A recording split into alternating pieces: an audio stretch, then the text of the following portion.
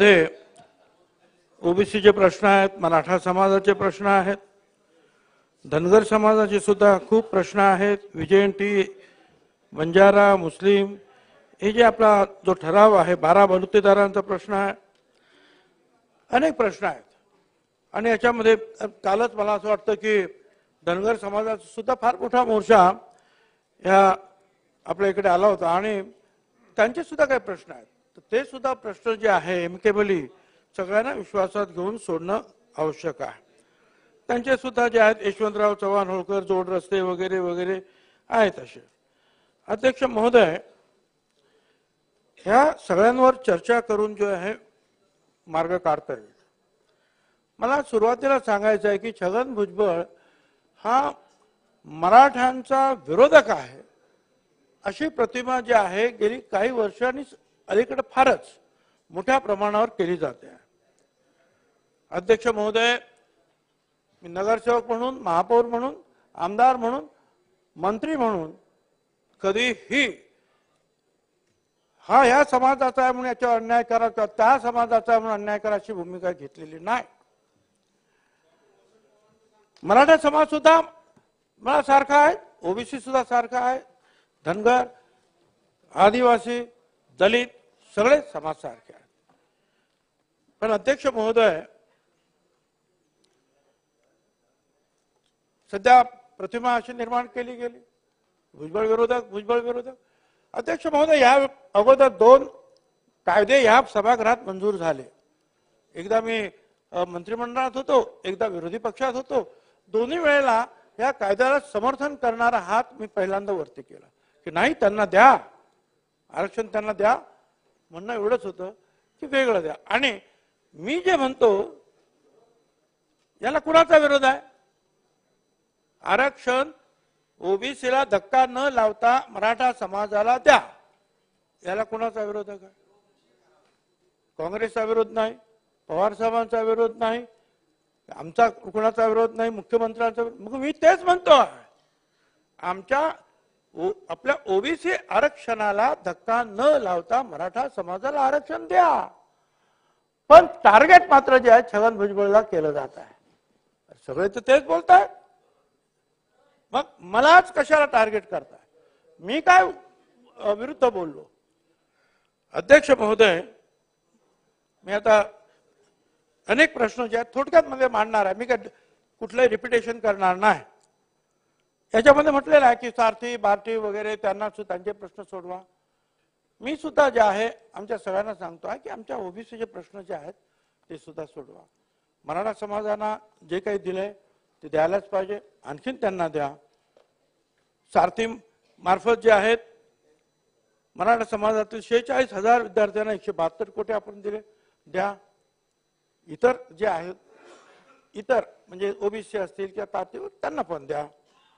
अण्णासाहेब पाटील आर्थिक विकास महामंडळाचे 70,000 लाभार्थ्यांना 5,160 कोटी रुपये दिले, इतरांना द्या.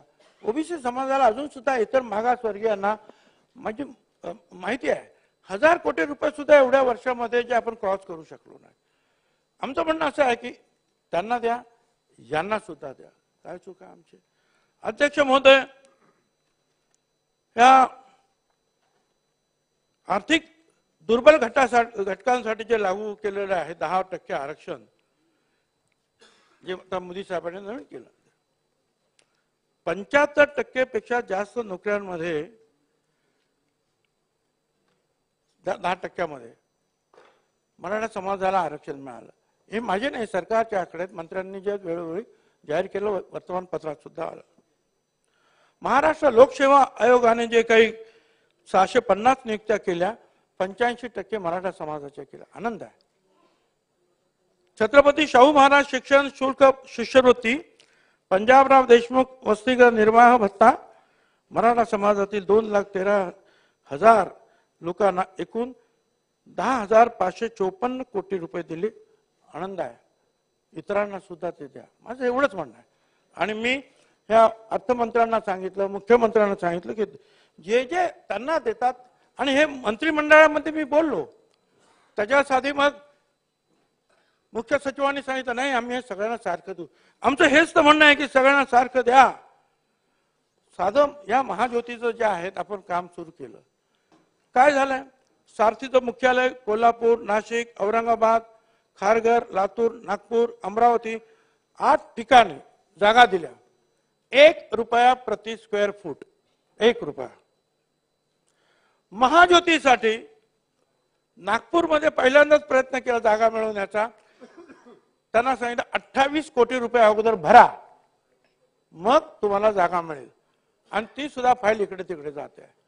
अध्यक्ष म्हणून काय करायचं, आम्ही मागायचं नाही. तुम्ही त्यांना द्यायला दिलत ना, आम्हाला का नाही 1 रुपया नाही. म्हणजे ओबीसींना, मी ओबीसी आहे म्हणून मी त्यांना आणि यांना मला म्हणतोय, त्यांना दिलं आम्हालाही द्या. 1849 कोटी रुपये जे आहे आतापर्यंत या कामासाठी मंजूर करण्यात आले. सारथीच्या वसतिगृहासाठी शासनाच्या इमारतीमध्ये सुद्धा विभागीय कार्यालय सुरू झाली. सर्व ठिकाणी, सर्व विभागांमध्ये.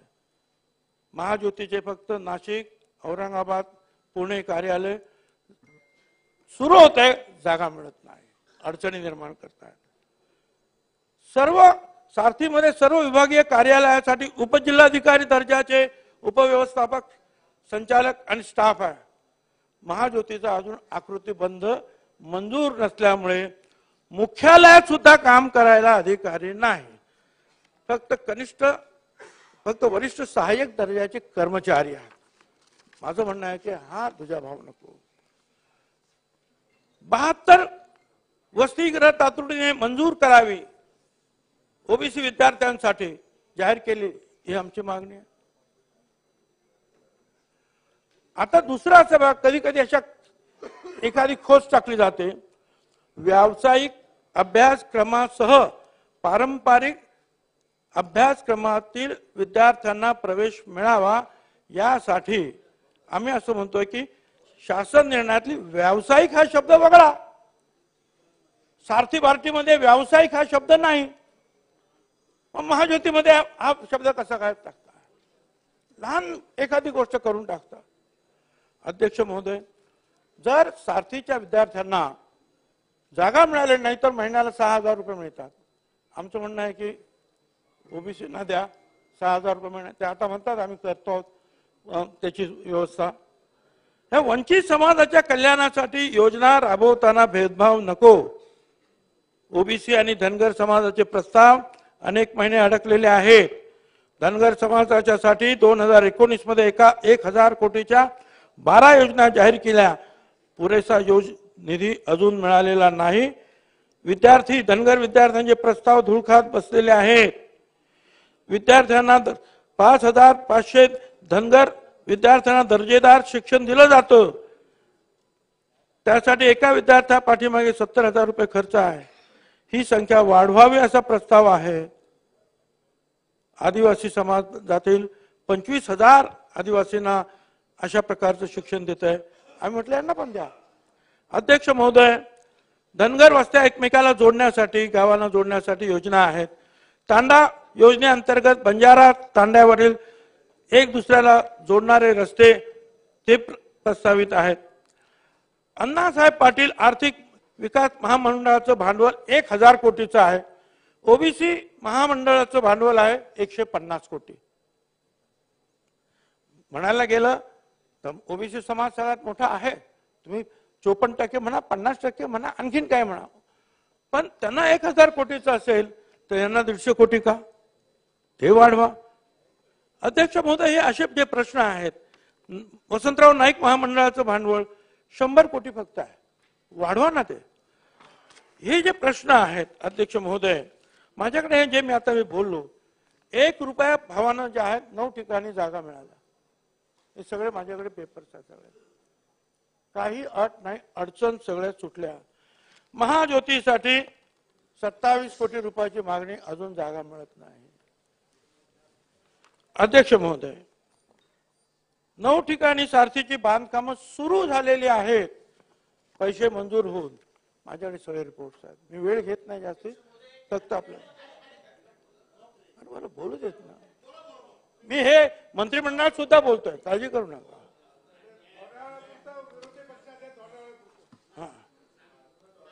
अध्यक्ष महोदय, आता हा सर्वोच्च न्यायालयाने जो मराठा आरक्षणाचा मागचा जो आपला निकाल जो आहे त्यांनी जो फिरवला, त्याच्यामध्ये तो गायकवाड रिपोर्ट जो होता त्याच्यामध्ये काय म्हटलं होतं, लोकसेवा आयोगामधील प्रतिनिधित्व आहे मराठा समाजाचं, अ ग्रेड मध्ये 33.23%, ब मध्ये 29%, क मध्ये 37%, ड मध्ये 36.53%. हे गायकवाड रिपोर्टचं मी सांगतोय, जे सुप्रीम कोर्टाने निकालात दिलेला आहे. हा निकाल आहे. IAS मध्ये मराठा समाजाचे 15.5% आहेत, IPS मध्ये 28% आहे, IF मध्ये 18%. मंत्रालय केडर मध्ये ए ग्रेड मध्ये सगळे एकत्र केलं तर 54% होतात. ए मध्ये 37.37 आहे, बी मध्ये 52.5 आहे, मग परत सी मध्ये 52.5 आहेत, मग ड मध्ये जे आहेत 55.5 आहेत. अध्यक्ष महोदय, सरकारी नोकरी परवाच्या दिवशी आलं, सरकारी नोकरीमध्ये ओबीसी आरक्षण 27% असायला पाहिजे, 9.5% आहे. अध्यक्ष, आमचं म्हणणं याचा पाठपुरावा करा ना, आमचं आरक्षण द्या, एवढंच आमचं म्हणणं आहे. 27% तर 27% द्या ना, 9.5%. अध्यक्ष महोदय, जे सारथीला मिळतोय ते महाज्योतीला द्या, आणि जो ओबीसीचा जो रिक्त पदाचा जो अनुशेष आहे हा 9.5%वरून 27% तो अगोदर भरा, आमची मागणी आहे. अध्यक्ष, आता आपण वेगवेगळे म्हणतो किती टक्के हे आहेत, ते टक्के करा जात गणना. अध्यक्ष महोदय, कोण नाही, प्रत्येक जण तर म्हणतो जात गणना करा. बीजेपीचे अध्यक्ष सुद्धा म्हणतात बावनकुळे जात गणना करा, आम्ही सुद्धा म्हणतोय, पवार साहेब म्हणतात, कोण सगळे म्हणतात. त्यांनी तुम्ही ठराव मांडला, मंजूर केला, करा जात गणना. बिहार करू शकतो ना, आपण पण करा. अध्यक्ष महोदय, आपल्याला कळेल, तरी कमी असेल तर कमी द्या. भुजबळ साहेब कंक्लूड करायला लागेल. नाही साहेब, मला मी आताची सुरुवात केली, प्लीज माझी विनंती आहे साहेब. होणार नाही, माझे हात जोडले, आपल्याला कंक्लूड करायला लागेल. आपण विनंती केली म्हणून आपल्याला सर ऑलरेडी 20 मिनिटं दिली आहेत. आपण 10 मिनिटात Please. कंक्लूड करा. प्लीज 10 मिनिटात कंक्लूड करा प्लीज.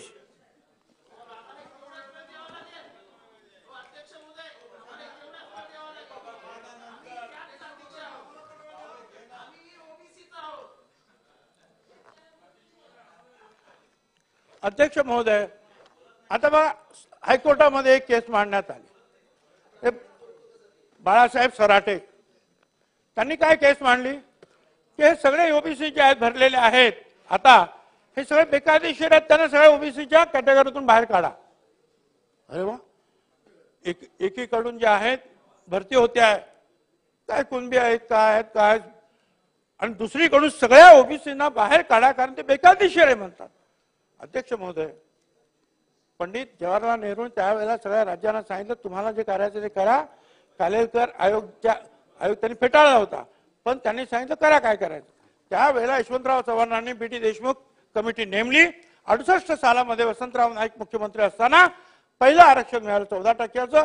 त्याच्यानंतर मंडल आयोगाचं झालं आणि त्याच्यामध्ये 27% आरक्षण मिळालं. ते 9 जज लोकांनी जे आहे त्याच्यामध्ये PB सावंत आपल्या अतिशय ज्ञानीग्रस्त जे आहेत महाराष्ट्रातले, ते एक तिथे बसलेले होते 9 मध्ये, त्यांनी हे सगळं मंजूर केलं. अध्यक्ष महोदय, आणि त्या वेळेपासून हे सगळं आहे, पण आता ते म्हणतात की यांना सगळ्यांना बाहेर काढा. अध्यक्ष महोदय, आमचं म्हणणं असं आहे की हे मी आता हे सगळं माहिती आहे आपल्याला, परत परत सांगत नाही कारण वेळ कमी आहे. राज्यामध्ये अशांततेचं वातावरण आहे, हे म्हणतात ते म्हणतात ते म्हणतात, सगळं म्हणतात. कोणी केलं? मी केलं.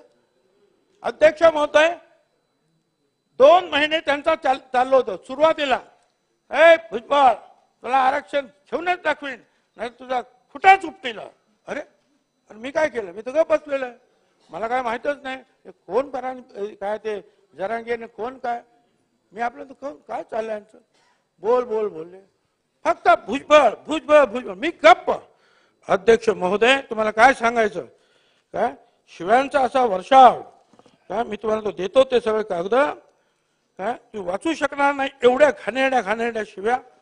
काय मुला बायकांना, आम्हाला सगळ्या सुनांना सगळ्यांना मेसेज, आम्ही तक्रार केली, काही नाही तरी मी गप्प.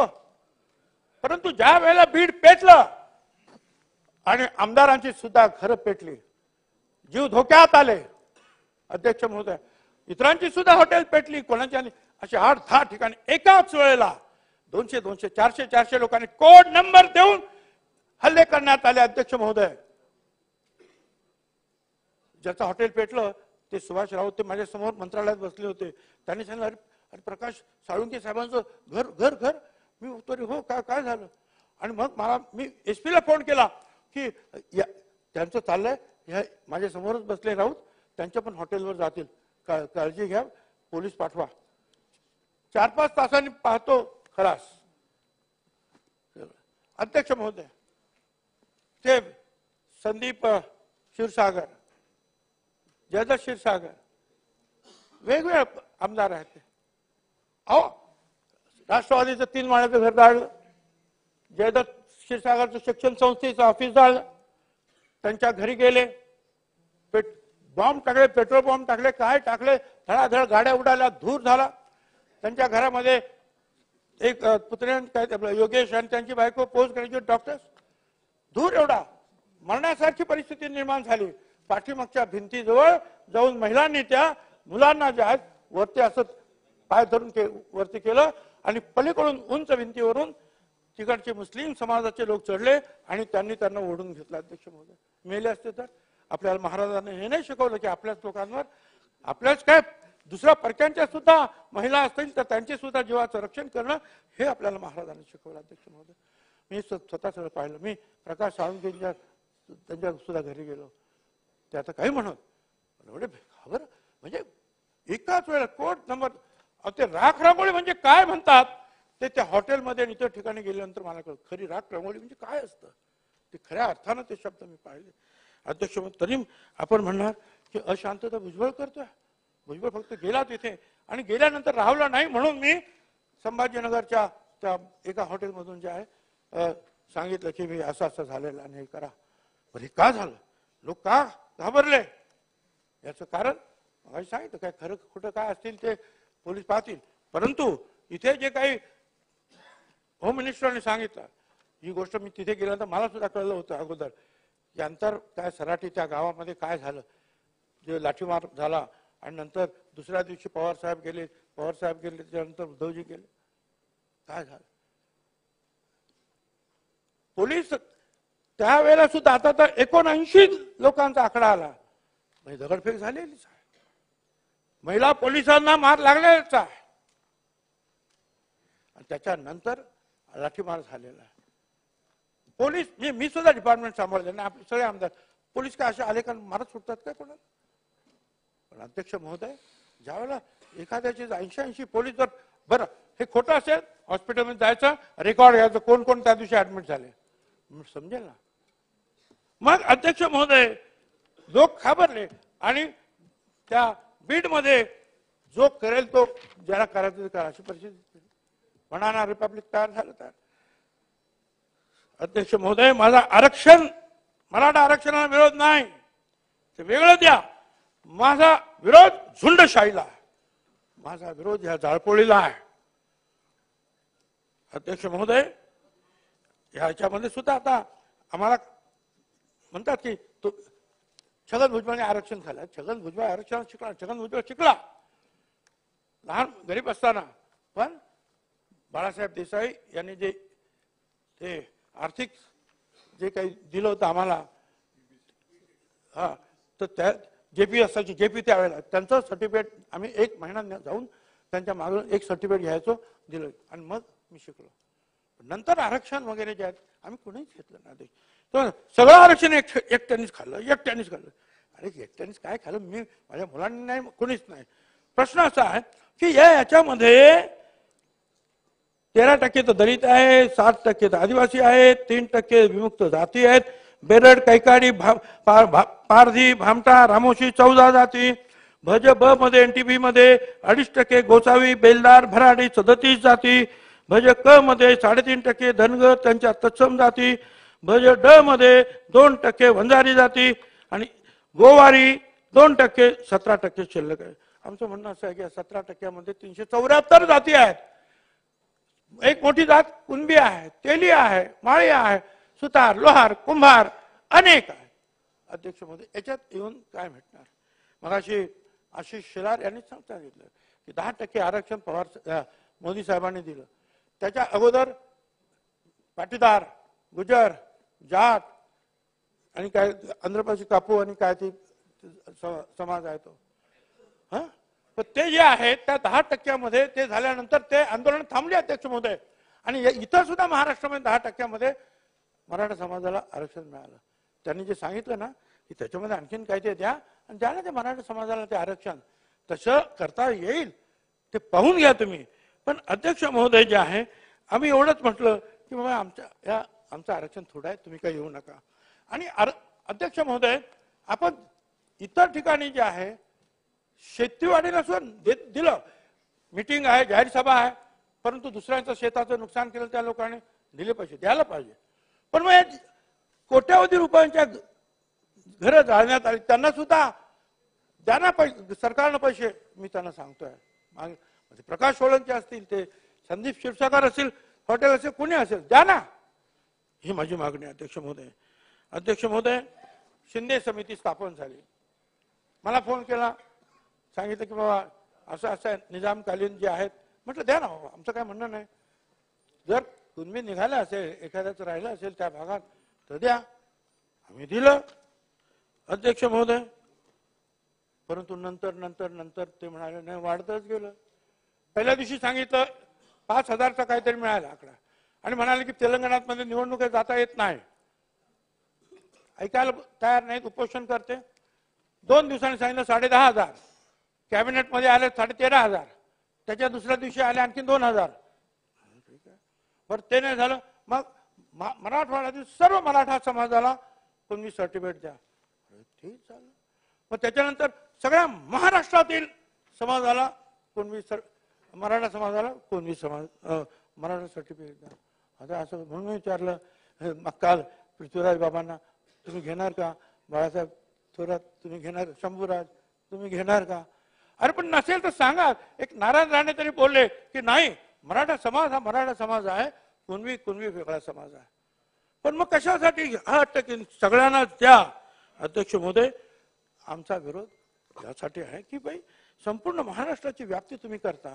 अगोदरच या महाराष्ट्रामध्ये ज्यांना पाहिजे त्यांनी घेतलेले आहेत, पण आता जाऊन ज्या पद्धतीने ते घेतले जात आहेत अध्यक्ष महोदय, ते फारच अध्यक्ष महोदय सांगण्याच्या अतिशय चुकीच्या पद्धतीने जे अध्यक्ष महोदय त्याच्यामध्ये जे आहे ती मांडणी केली जाते.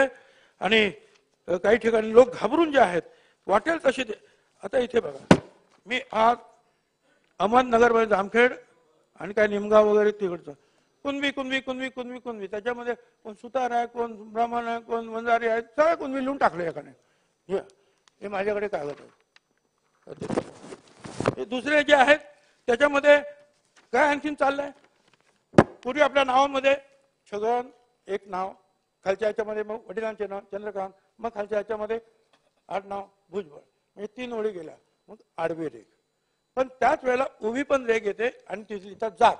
आता तिथे जात लिहिली समजा सुतार, मग 2 ओळी शिल्लक राहिल्या वडिलांच्या पुढची आणि आडनावाच्या पुढची, तिथे लिहून टाकतात कुणबी. You understand? हे सगळं माझ्याकडे या मी दाखवलं त्यांना. हे चाललंय असं अध्यक्ष. हे आपण थांबवणार की नाही हे थांबवा, एवढंच मला म्हणायचं आहे. अध्यक्ष महोदय, मी अनेक वेळा सांगितलं, ह्या भारतीय संविधानाच्या 19व्या कलमानुसार आपल्याला कुठे बंदी करता येत नाही. प्रत्येक गावबंदी मी सांगतो, अरे यांना उठवा, हे काढा बोर्ड, जाऊ द्या आमदारांना, त्यांना कामं आहेत त्यांना जाऊ द्या. जाऊ देत नाही कोणाला पण. म्हणजे केंद्रीय मंत्री त्यांच्यावर दगडफेक, आमदारांना, अनेक आमदारांना दगडफेक झाली. कशासाठी? पण याच वेळेला त्या दिवशी म्हणालो की ठराविक काही लोकांना मग संधी कशी काय मिळाली जायला आतमध्ये, हेही चुकीचं आहे. आणि मग संशयाला पालवी फुटते की बघ या लोकांना तुम्ही आतमध्ये येऊन देता, भाषण तुम्ही करता, करा, पण सगळ्यांना करा, एवढंच माझं म्हणणं. बरं, यांची मीटिंग तरी कधी? रात्री 12 वाजता, 1 वाजता. आम्हाला 10 वाजले का मुख्यमंत्र्यांनी सुद्धा स्विच ऑफ. नियम नाही, काय नाही, काय चाललं अध्यक्ष महोदय? हे जे आहे की नाही, काय तुम्ही तर वकीलच आहात, मग का नाही 1 महिन्याची सजा आहे? का नाही त्यांच्यावर? जे लोक आता तरी ज्यांनी बोर्ड लावलेले आहेत ते बोर्ड काढून करा त्यांना 1 महिन्याची सजा. अध्यक्ष महोदय, शेंडी गावातली एक महिला का ती फक्त काय ते आमच्या मीटिंगला आली, सरपंच महिला, गावबंदी. अरे गावबंदी बाहेर. एक नाभिक तुळशी गावातले, त्यांनी कोणाला तरी मतदान केलं नाही, बस खलास, घरदार साफ. एक खून झाला अध्यक्ष महोदय त्या पंढरपूर भागामध्ये. आम्ही खूप कंप्लेंट केल्या, खून आहे तो, पण आत्महत्या दाखवली. कशी? एक मुलगा आहे, त्याने काहीतरी पोस्ट केली होती, माफी पण मागितली. तो एक मुलगा, दोरी आहे, झाड आहे, दोरी लावलेले आहे आणि फोटो आहे, पाय जमिनीला टेकलेले आहेत. मेला कसा? बरं ठीक आहे, मेला असेल. अरे पण तो अपंग मुलगा जो आहे दोर लावण्यासाठी झाडावर चढला कसा? म्हटलं अरे खून आहे, कारवाई होत नाही. अध्यक्ष महोदय, दुःख हे आहे. माझी सांगितलं तुम्हाला, एखादी अशी भगिनी निघते अध्यक्ष महोदय, हे आता ही सगळी जी आहेत, पिस्तूल त्यांच्याकडे सापडतात अनेक. हे काय चाललं अध्यक्ष महोदय? झाडपोळ वगैरे वगैरे वगैरे, पोलिसांवर आले होते, हे सगळं आता आहे. अध्यक्ष महोदय, तुम्ही मला वेळ कमी म्हणजे थोडस मेहरबानी केली तर बरं होईल बाबा. मी परत पाहिजे तर 4 वाजून 1 मिनिटांनी चालू केलं या पूर्ण सेशन मध्ये बोलणार नाही बस. नाही, पण या प्रस्तावावर बरेचशे लोकांना बोलायचं असल्यामुळे अजून मॅक्सिमम 5 मिनिटात आपण 10 मिनिटं 5 मिनिटात आणखीन एक बाबा, बरोबर ना? 10 मिनिटं चालली. जालन्याला अध्यक्ष महोदय या जरांगेंची सभा, आमच्या झेडपीने काढले ऑर्डर की उद्यापासून उद्या मिटिंग आहे इथे जरांगेची, सगळ्या शाळा कॉलेज बंद. अरे म्हटलं काय, मुख्यमंत्र्यांची सभा असती, प्राईम मिनिस्टरची, शाळा कॉलेज बंद आहे, आणि आता शाळा कॉलेज बंद कशी? आणि मग रात्री उशिरा त्यांनी ही ऑर्डर मागे घेतली. अध्यक्ष महोदय, काय आता हे तर आहे, कालपासून चाललं हे आयोगाचं काय चाललंय?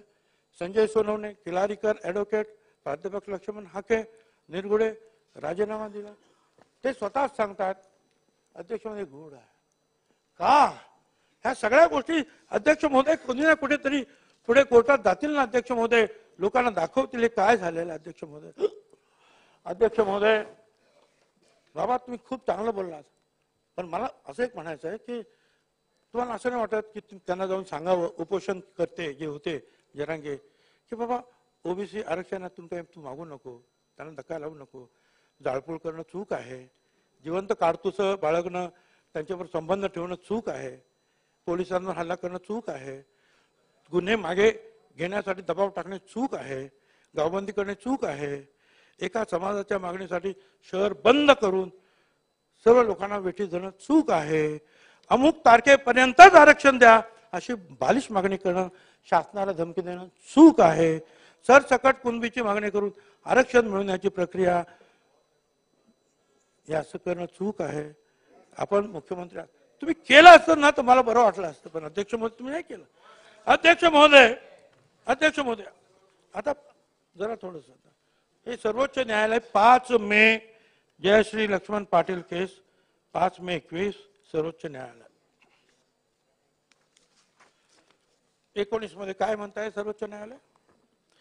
The modern history of Maharashtra is witness to the continued dominance of Maratha in its society and polity, as evident from the fact, for example, that in the post-independence period, the community provided the largest number of chief ministers during the full bench hearing on. Bench had put the question to the representative of the Maratha community as to why, despite these being so many chief ministers and important ministers in the state, Some of them also become important minister in the central. None of them got or moved to get Marathas included in the list of BCs is eloquent testimony. Not only the fact that Marathas are not backward class, but also the wisdom and objectivity of these chief ministers. त्यांचं म्हणणं त्यांनी स्पष्ट मांडलेलं आहे. मी मराठीत पाहिजे तर ते सहज मराठीतच वाचतो, कळेल की महाराष्ट्राच्या इतिहासामध्ये समाजामध्ये मराठ्यांचा सतत वर्चस्व असलेलं आहे. स्वातंत्र्य काळात मराठा समाजाने सर्वाधिक मुख्यमंत्री दिले वगैरे वगैरे. मग त्यांनी असं म्हटलं की मराठ्यांना एवढे मुख्यमंत्री झाले, केंद्रात मंत्री झाले, तरी सुद्धा त्यांना मराठा समाजाला बॅकवर्ड क्लासमध्ये त्यांनी समावेश करून घेण्यासाठी कसं त्यांना यश मिळालं नाही. त्यामुळे हे मागासवर्गीय नसून मुख्यमंत्र्यांचा शहाणपणाचा आणि वस्तुनिष्ठतेचा हा पुरावा आहे. सुप्रीम कोर्ट या सगळ्या मागच्या मुख्यमंत्र्यांना सांगताय की त्यांचा तो शहाणपणा आहे की त्यांनी ते नाकारलं. अध्यक्ष महोदय, पुढे असं झालंय अध्यक्ष महोदय, त्यांनी असं सांगितलं पुढे की काही लोकांनी कुणबी सर्टिफिकेट मिळाली, पण त्याच्यासाठी काही कोणी दावा किंवा युक्तिवाद केला नाही.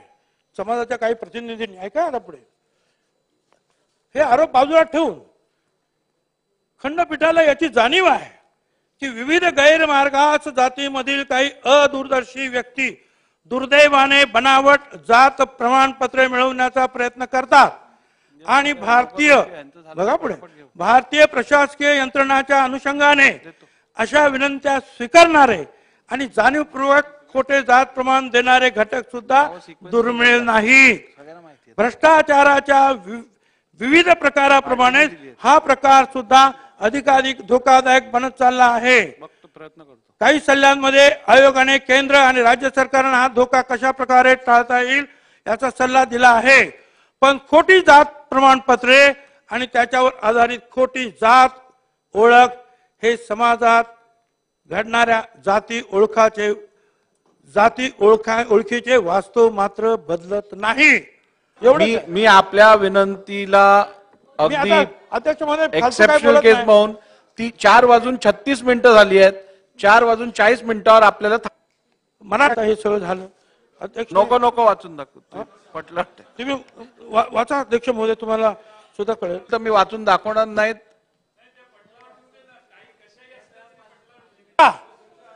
जरांगे साहेबांचा पुन्हा हल्ला बोल, मी त्याचा कार्यक्रमच करतो म्हणजे माझा.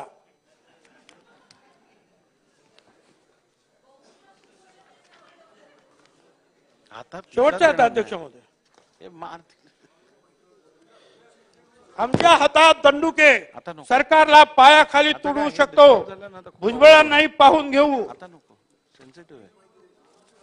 अध्यक्ष महोदय, एकदा आरक्षण मिळू द्या, भुजबळाचा कार्यक्रमच करतो. आता शेवटचा एकच मिनिट.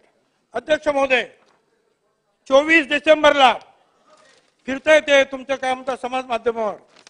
24 डिसेंबरला नाशिकला Bhujbal knowledge city, Bhujbal farm, ज्यांना कोणाला हे पाहायचं आहे त्यांनी नावं कळवावी किंवा कोण कोण पाहू इच्छितात बघा. म्हणजे माझ्यावर हल्ला करण्याची तयारी सुरू झालेली आहे. होणार. प्रकाश सोळंकेचं झालं, संदीप क्षीरसागरचं झालं, कोण जायला तयार नाही. आमचं सुद्धा होईल. कोणी यावं अशी अपेक्षा नाही. जे काय व्हायचं ते होईल. पण अध्यक्ष महोदय, त्याच्या पुढे कालपासून मी सकाळी उठलो आणि पाहिलं, अरे पोलीस का वाढवता रे, कशात काय झाली, गडबड काय झाली. साहित्यावरून इनपुट आलेलं आहे की भुजबळाला गोळी मारली जाईल. पोलिसांचा रिपोर्ट. पोलीस मारा, हरकत नाही, मला तयार आहे अध्यक्ष महोदय. परंतु अध्यक्ष महोदय, मला म्हणायचं हेच की हे जे आपलं चाललेलं आहे, मराठा आरक्षणाला माझा विरोध नाही, त्यांना वेगळं आरक्षण द्या, ही झुंडशाही थांबवा. आज छगन भुजबळ आहे, उद्या आणखी कोणी, प्रकाश सोळंके झाला, क्षीरसागर झाला, आणखी झाला, आता भुजबळ होईल, मग हे होईल, मग ते होईल, मग ते होईल, आणि आपण सगळे गप्प बसणार आहात. काही त्याच्यावर बोलणार नाही, कोणी त्याचा धिक्कार करणार नाही, कोणी त्याचा निषेध करणार नाही. कोणी त्यांना बघायला जाणार नाही, ज्यांची घरं जळतील त्यांना. अध्यक्ष महोदय, काय करणार आहे आपण? महाराष्ट्र, आपण खऱ्या अर्थानं या महाराष्ट्रामध्ये हे आपण सगळं पाहणार आहोत का? कोणी याच्यावर बोलणार धन्यवाद नाहीत का? धन्यवाद. हाच या महाराष्ट्रासमोर आज माझा प्रश्न आहे. धन्यवाद.